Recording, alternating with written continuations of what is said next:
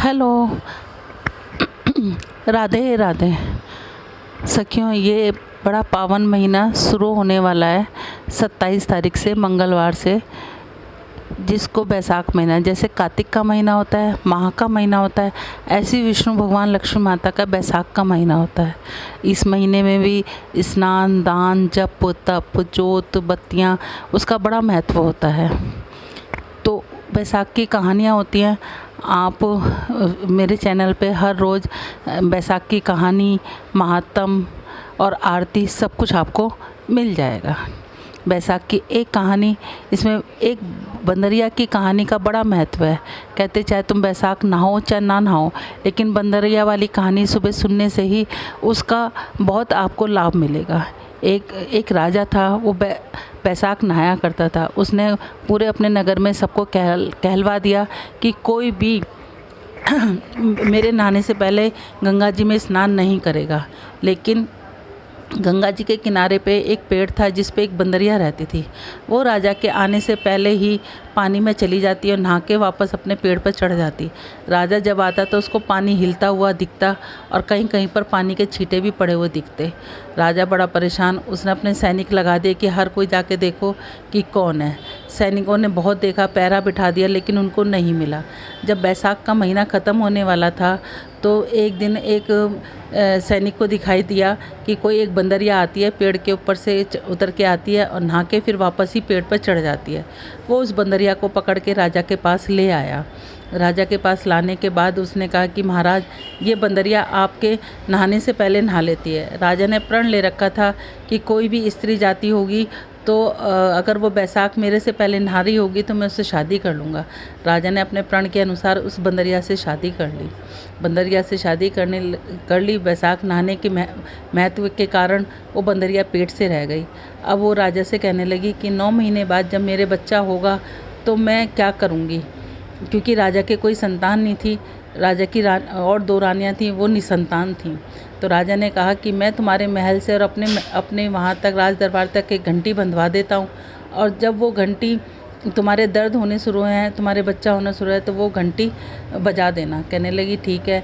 महल में रानियों ने देखा तो कहने लगी कि बंदरिया से पूछा कि ये घंटी कैसी है, कि ये घंटी राजा जी ने बंधवाई है कि इसलिए कि जो ना जब मेरे बच्चा होगा तो राजा जी आके मतलब आ जाएंगे। अब वो रानियों ने कहा एक बार बजा के देखो तो सही कि राजा जी आते कि नहीं आते। उन्होंने कहा ठीक है।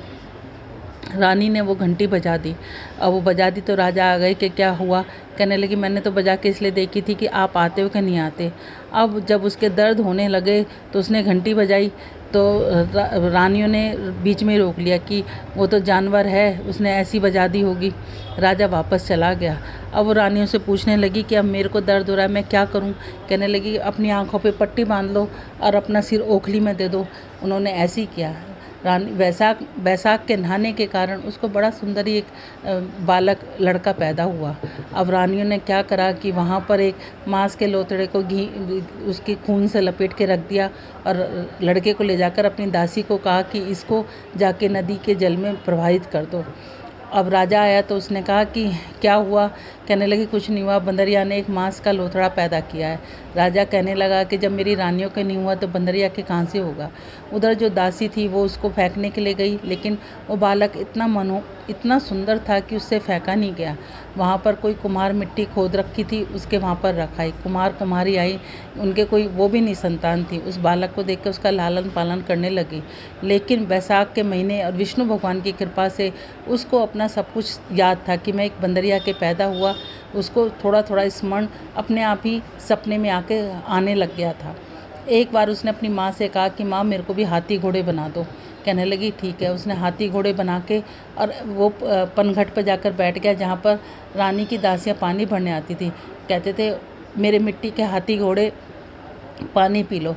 अब रानी की दासियाँ हंसने लगी, कहने लगे कहीं मिट्टी के हाथी घोड़े भी पानी पीते हैं। अब उसने कहा कि कहीं बंदरिया भी मांस का लोथड़ा देती हैं। तो अब वो समझ गई। उन्होंने रानी से जाके कहा। रानी ने उनके लिए उसके लड्डू बनवाए, जहर के लड्डू बनवाए। लेकिन विष्णु भगवान की कृपा से वो जहर के लड्डू उसके गोंदगिरी के लड्डू बन गए। अब वो कहने लगा कि माँ मुझे 108 घड़े बना के दे दो और 108 गोलियां दे दो। उन्होंने उसको 108 घड़े बना के दिए, 108 गोलियां दी। अब वो उनको जाके ले जाके वहाँ बैठ गया और वहाँ पर गणगौर पूजने के लिए कुछ लड़कियाँ मिट्टी लेने के लिए आईं। बहुत तेज़ धूप हो रही थी तो उसकी वजह से उन्हें प्यास लगी। उन्होंने कहा हमें पानी पिला दो। वो आग जलाकर बैठ गया, कहने लगा कि मैं पानी पिलाऊंगा, पहले एक एक गोली खाओ और इस आग के चारों तरफ चक्कर लगाओ। कुछ ने कहा हम तो नहीं खाते, हम तो नहीं करते। कुछ कहने लगी गोली खाने में, चक्कर लगाने में क्या जाता है। उन्होंने गोली खाई, चक्कर लगाए, तो जिन्होंने लगाए वो घर जाकर वो किसी को उल्टी होने लग गई, किसी को रोटी से जी ना करे। अब उनके लड़कियों के माँ बाप ने उनकी शादी निकाली तो पंडितों ने कहा कि इनकी शादी तो हो चुकी है। उन्होंने कहा नहीं। इसके बाद क्या नाम है, अब लड़कियों से पूछा गया तो लड़कियों ने कहा कि ऐसे ऐसे कुम्हार के लड़के ने हमें गोली दी और आग के चारों तरफ चक्कर काटे, हमने ऐसे ही किया तो उसके कारण हमारा जब से ऐसे हाल होने लग गया।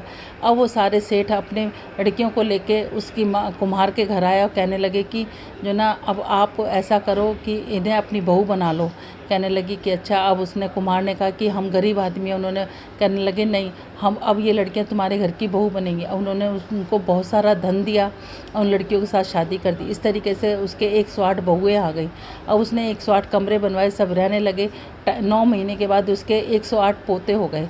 उसने कहा कि हमें इतना धन मिल गया माँ तेरे घर।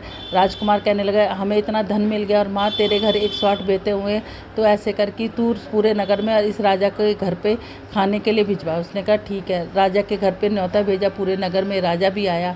अब वो राजा बंदरिया को नहीं लेके आया तो उसने कहा कि आप बंदरिया को क्यों नहीं लेके आए। उसने बीचों बीच सोने का एक सिंहासन बनवाकर उसमें गलीचा बिछवा दिया, मखमल के गलीचे बिछवा दिए। उसने कहा कि चलो बंदरिया को बुलवा लो। उन्होंने बंदरिया को बुलवा लिया, उसको बीच में बिठाकर उसने अपनी सब बहुओं को हाथों में मोहर दे के कहा कि ये मेरी जन्म देने वाली माँ है, आप सब जाओ इसको पोते दो और इनसे मोहर दो और इनको आशीर्वाद लो।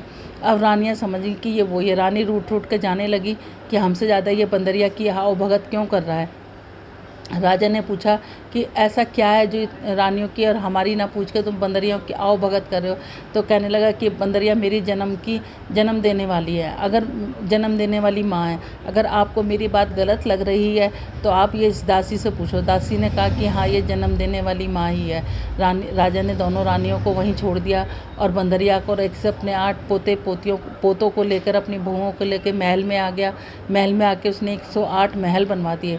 उसके बाद वो कुम्हार के पास गया, कहने लगा कि आप चाहो तो महल में आके रह सकते हो, आप यहीं रह सकते हो। उन्हें बहुत सा धन दिया। वो कहने लगे कि हम तो यहीं रहेंगे, लेकिन फिर भी वो कभी कभी महल में आके अपने बेटे से मिलने लगे। कहते हैं बैसाख के महीने में इस कहानी को नित्य नेम सुनने से सभी की मनोरथ पूर्ण हो जाती हैं। जिनके घर बेटा ना हो बेटा हो जाता है। इस कहानी को ज़रूर सुनना चाहिए। जैसे बंदरिया के भगवान ने बैसाख नहाने का उसको इतना फल दिया, वैसे कहते सुनते हमें और हमारे परिवार को जो भी सुन रहा हो उसको सबको देना। बोलो विष्णु भगवान की जय।